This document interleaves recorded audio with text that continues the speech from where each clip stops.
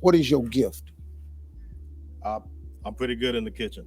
Right. So why you down there around at the computer store? Hello and welcome back to another episode of The Cold Slap. My name is Michael Devon Campbell. I'm your host. I'm also the founder and the CEO of We Merge Media. I created the Cold Slap podcast because I wanted to create a place to be able to share stories to help inspire and motivate entrepreneurs as they go along on their entrepreneurial journey. For today's episode, I'm going to be sharing a cold slap moment that I witnessed on Steve Harvey's show. He has a YouTube channel called The Steve TV Show where they share different clips. I don't know if these are new or if these are from previous episodes, but the story that I watched today was moving. It was relatable. It's something that people who may be watching or listening to this episode of The Cold Slap can relate to. Now, this identifies a cold slap moment that I personally have shared when I talked about why I created this show. And there's just something about being put into a situation unknowingly, unprepared, where all of your livelihood, your ability to financially provide from your family has been put at risk. So I'm going to be reacting to this video on a couple of clips. I wanted to just kind of provide some commentary. If you have not experienced a layoff, hopefully you never will have to. I think you would still get something from this story because I think it's just important for us to do some inner work and get quiet with ourselves sometimes and figure out what are our gifts and our talents? What have we been put here on this earth to do? And how can we live our life in a way to fulfill that thing that drives us? When you're doing something that you feel is authentically you, something that you're good at, something that people love to come to you for, it's easier to stay motivated when you're going through challenges. But when you're spending your time doing things that you don't feel in alignment with, and you're really just kind of doing them to go from A to B or to make ends meet, it can be a little bit challenging and difficult sometimes. So let's go ahead and let's take a listen to the clip. And let me just show you why this story moved me so much. I recently got laid off from my job, right? I've been working there for 13 years and, company restructured. So, they just went a little different direction from what, they were doing. So I just want to know, like, how do you stay motivated when you keep putting applications out and folks are telling you that you're overqualified, or the stuff that's going to pay you what you think you're worth, you're getting told you're underqualified for? So how you stay motivated and keep putting first of yourself all, out there? let's look at the layoff for what it was. It was time to go for you. Yeah. And sometimes, man, we don't jump. Sometimes we get pushed. Yeah. See, God is really fair. When he wants you to do something else and you won't do it, he'll bring about a set of circumstances that'll cause you. So now, quit looking at the Let's just pause there for a minute because this is something that is so true. And sometimes it manifests and shows up in so many different ways. With the work that I do, people typically come to me in the beginning stages of having an idea and needing to start a business because they know that I can help them build that infrastructure, develop the branding, and do all those things that they need to do to give that business life. So I hear stories like this oftentimes, and you'd be surprised how many times people aren't coming to me in a scenario where they have time and they have been able to kind of really hash out and think out their idea. Oftentimes people are driven to come to me when they're starting this business because there was something that changed. Something in their life caused them to have to make this shift. And I've seen it before when there's been a change in a workplace or change because someone's got laid off and now they're doing that thing. So what Steve talks about here is like sometimes you're going to go through stuff that might on the surface looks like very destructional to you and make you feel like loss and make you feel like you just can't recover from it. But this is what I talk about. This is what I define as that cold slap moment. Like when that thing happens and it sinks into your mind, and then you get to that point where you realize you have a choice. This is that moment that really kind of dictates like how long are you going to be in this space of not feeling the best, and what can you start doing and figuring out to be able to get out of that sooner than later. Because what happens is that it is shocking to the system. It does have you thinking about all the worst case scenarios. And it is difficult to be able to be clear minded and develop a new idea and do something that you've never done before in this state of mind. So I like when Steve kind of brought out and mentioned to him, like sometimes, we know that the time is up and we have to do something differently, but we're comfortable. And God's going to make an opportunity for you to do that thing that's within your heart to do. So, if you've experienced that before, comment down below. Let me know, because I know I ain't the only one. Let me know, because that's real. If you've seen that before, that's real. So let's continue and take a listen and see what else he says. the negative. You can't find work. How do you stay motivated? Let's look at this for what it is. There's obviously something that you should be doing instead of what you was doing. But what you're trying to do is go back and get something similar to what you was doing, when obviously the sign for you was to move on and do something else. So now let me ask you this. So here's another good point there. Like the sign that it's time to do something else. How many of you have avoided that? Like you've seen the flags, you've seen the red flags, you've had the feelings, and you know that there's time for you to do something different, but fear keeps you from doing that, and it keeps you from like pursuing that thing. But what happens when it's not your choice anymore? And you're forced into that situation. That's often when people's back are against the wall, when they start kind of taking some action. So let's keep on watching before I go into it, but let's keep on watching and see what he says here. What is your gift? I'm pretty good in the kitchen. Right. So why are you down there around at the computer store? That part cracked me up because I feel like we all have something within us that is a gift. And I think sometimes we, as the owner of that gift, don't see the value in it as others would. So there are things that we do that are easy to us, that come natural to us, that people trust us to do and people value from us, that we don't value, we undervalue, and we often undersell ourselves. So the reason why we don't make those things our priority is because we think that they don't have value and they're not going to be able to provide for us. But those things come in handy when you're in alignment with them and you're not scared to put them in play. So let's continue watching. See, Good question. you see, Yeah. you see what I'm He saying? knew. Your gift is you really good in the kitchen, but your former job was what? Sales rep. Sales rep of what? Have beverages. Right. But you good in the kitchen. Yeah. So now you're trying to find another sales rep job when it's going against what you was created for. Okay. You heard the audience, right? Going against what you were created for. Man, that's deep on so many different levels because like as we go through life in different stages of life, our understanding of what that thing that we think we're created for might shift and it might change. Because that happens, we lose that confidence and we're not quite sure what that is because, look at me, for example, in my situation. When I first ventured out on my own, I started a travel business because I was in the travel industry. And then I went into websites because, I learned how to do that and started doing that. But then I started getting graphic design requests. So, I can understand how as we mature and we kind of get to know ourselves a little bit more, our identity shifts, our things that we like shift. And, you may not stay in the thing for so long. So you don't have the confidence or the belief that that thing can sustain you. So, that's completely understandable to feel that way.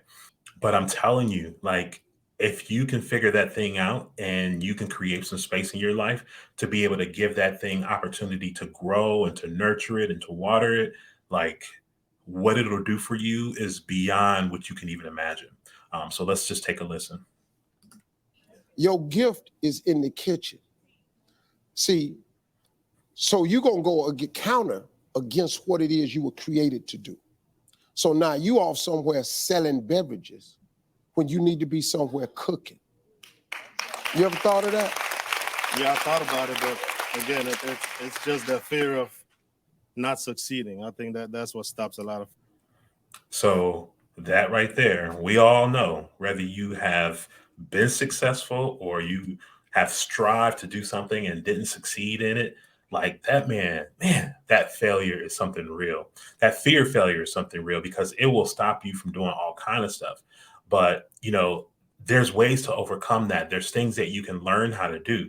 It's scary. I totally understand that. And it's not easy. And oftentimes you're doing it alone. So it's not easy to have to overcome those things. But when you start thinking about people who have achieved something, think about the people that you view as successful. I guarantee you they had things that they had to overcome and get comfortable with in order to get to that stage. So just know that that fear, whether it's your choice to start kind of making room for that gift in your life, or if you're forced into a situation to have to depend on that gift in your life, that fear is going to be there. It's just know that that's going to be normal. But there are ways and people who will be able to support you to get through that and give you some hope. Don't let that stop you from starting. A lot of folks That's really what working stops. out there. Fear is the number one cause of failure in this country. The fear of not succeeding. So let me tell you something. You already laid off. What you scared of now? Ain't working. You're See, right. So that's real, and I think about people that I've talked to, how like the layoff has happened, like the cold slap has happened. You are in the state of shock, and give that time to marinate, go through what you have to go through to get to that point, that you're ready to take action. But when you decide to take action, there's a moment that you have a choice there. Do I want to continue to try to replace and redo what I was already doing? Or do I want to use this opportunity to be able to give my gift some life and give it some space to grow? Now, when I was put into this situation, what I ended up doing was I worked a job that was part time, and then I worked the business. So, between the two, I was looking to kind of balance out that income that I was going to need to just do the bare minimum stuff. That worked for me for a little while, and I'm like, okay, I'm gonna work this job part time. I remember I was bagging groceries. I delivered pizza. What else did I do at that time? I had like 3 different jobs, all while I'm trying to build up this business. Bag groceries, worked as a cashier, delivered pizza, and at the same time was building up my travel agency business back then. So that was kind of my way of finding that balance until I got the courage to just be like, okay, I'm all in. But there are ways. Don't feel like you have to be all one or the other. And if you're still currently employed and you're not in this situation where you're in a forced layoff situation, think about your job as an opportunity to be able to generate the income that you could be using to invest in that thing that you want to do. It's a great opportunity to be able to invest, even if it's just a little bit. Find a small way to start, so that if you ever get into the situation where you need to depend on that gift, you have already been feeding it and making sure that it can grow, and you've created some kind of space in your life to kind of work through some of the kinks that you're going to go through in the beginning. So let's continue on. You're right. the opportunity for you is to go get a position in cooking, go to culinary school, develop your skills, and be what you really would love to do when you wake up in the morning. Yeah. That's why you got laid off. That's why you sitting here next to me. That's why you asked me that question. See, God, he's slick, man. He's smooth. So Steve pretty much said the same thing, so like while you have this opportunity, go work and do something. Get you a position that's going to provide you with some income, that's going to be in that field and give you an opportunity to kind of build upon your skill set, but then also go and get the educational schooling that you need, and start kind of crafting that. I know it's not easy, and I know it's going to be challenging. But ultimately, once you work through those early stages of it, it's really going to be rewarding in the end. But it's a difficult situation to make, especially when you have a family and bills and all that stuff that you have to take care of. But like you said, you already lost the job. So what is left? This is a perfect opportunity to be able to start giving that thing some life and seeing what you can do with it. Move with it. He'll put you right where you need to be and hear the thing right you need to hear at the perfect time. Now, you asked me for how do I stay motivated. You ain't got to get motivated. You've been given a second chance. So, dog, I lost everything I ever owned, but it was the chance to get some. Look at me. Yep. This is all you doing. So what I want you to do, pursue your cooking career. Pursue your greatness in the kitchen. The Bible says your gift will make room for you and put you in the presence of great men. Your gift. Powerful words, strong words, and very true words. So when you're walking in your gift, you don't really know what you're going to encounter because you're there, who you're going to encounter. Like this man has encountered Steve Harvey at a point that really is like a low for him. It was a devastating moment for him. And here he is now, in a situation that's not ideal. But look at the opportunity that's coming from this conversation, and the fact that he, number one, had the confidence to kind of speak up and talk about what his need was and what his dream was. And two, that he's allowing himself to be vulnerable and really kind of figure out like what lessons can he take from this. So let's just kind of see where Steve takes it. What do you really want to do?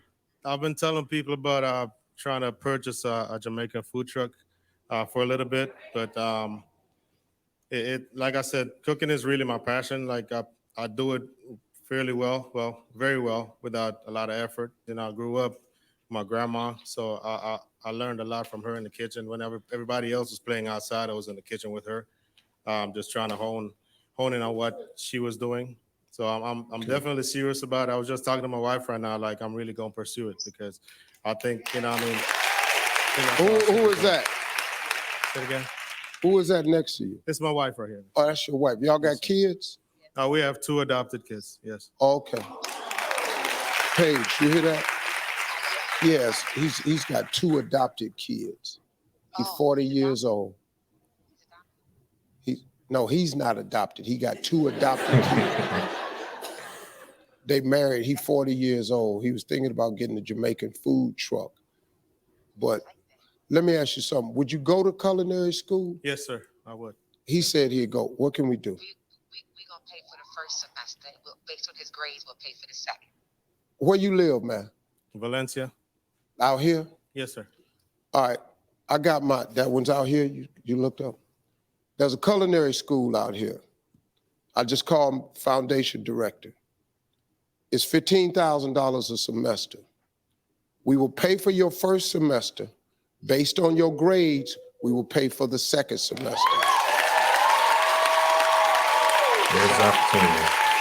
Had he not lost his job, would he even be at this show? Would he have spoken up to talk about this thing that he wants to do? So you just never know how something that feels so like doom and gloom can turn into an opportunity of a lifetime that you may have been dreaming about. And that's the thing that really kind of struck me about this. You just don't know, so I understand there's going to be feelings and emotions that get tied to stuff that happens to us that we don't like and that don't feel good. And that looks like it's going to really just kind of destroy us. But just remember that you can get to the point, hopefully you get to the point where you realize that you have a choice in how you respond to that situation. It's not always going to be easy, but you do hopefully come to a point where you realize, like, you know what? How can I turn this into an opportunity? That's typically the way that I look at things that appear negative on the surface, is because I don't have the grand scheme vision and the plan to know where this is leading me and where this is taking me to. Something like that used to scare me and used to make me feel like, what do I do now? And I started making all these fear-based decisions. But now, I might feel that for a little bit, but what I do now is I'm like, okay, like, ooh, where is this going? Like, what's the opportunity that's going to come out of this? So, I've decided to change the way that I react and I respond to that emotionally when something like that happens. And because I've witnessed this in so many times, how those things in hindsight were really opportunities rather than an opportunity for us to be destroyed and taken down. So that's what we're going to do. Yeah. Now, I'm just going to warn you about this next part here. It's a bit of a tearjerker. Hopefully, I've watched it enough times to not have to be crying here on camera in front of y'all, but I'm going to let it play out. Yeah.